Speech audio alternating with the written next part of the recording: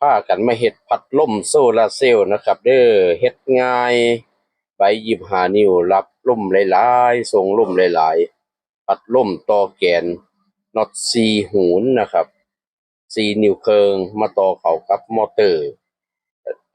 ขายึดมอเตอร์ก็น็อต4หูนคือกันกับ8นิ้วครึ่งครับ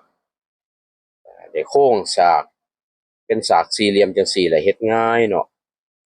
เฮ็ดให้เหมาะสมพอดีแล้วก็สิได้รองไฟแล้วบัดนี้ต่อจากแผงโซลาร์เซลล์เขามาใส่โดยตรงลองให้พี่น้องเบิ่งว่ามันใช้ดีบ่พลังงานโซลาร์เซลล์ใช้แล้วคุ้มทุนบ่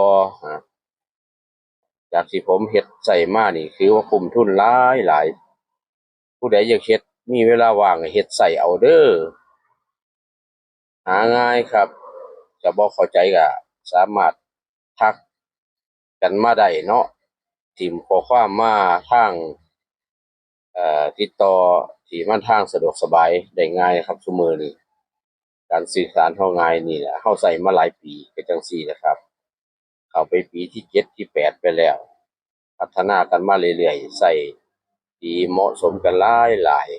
ๆถ้าสนใจก็สามารถติดต่อกับทีมงานเฮามาได้เนาะ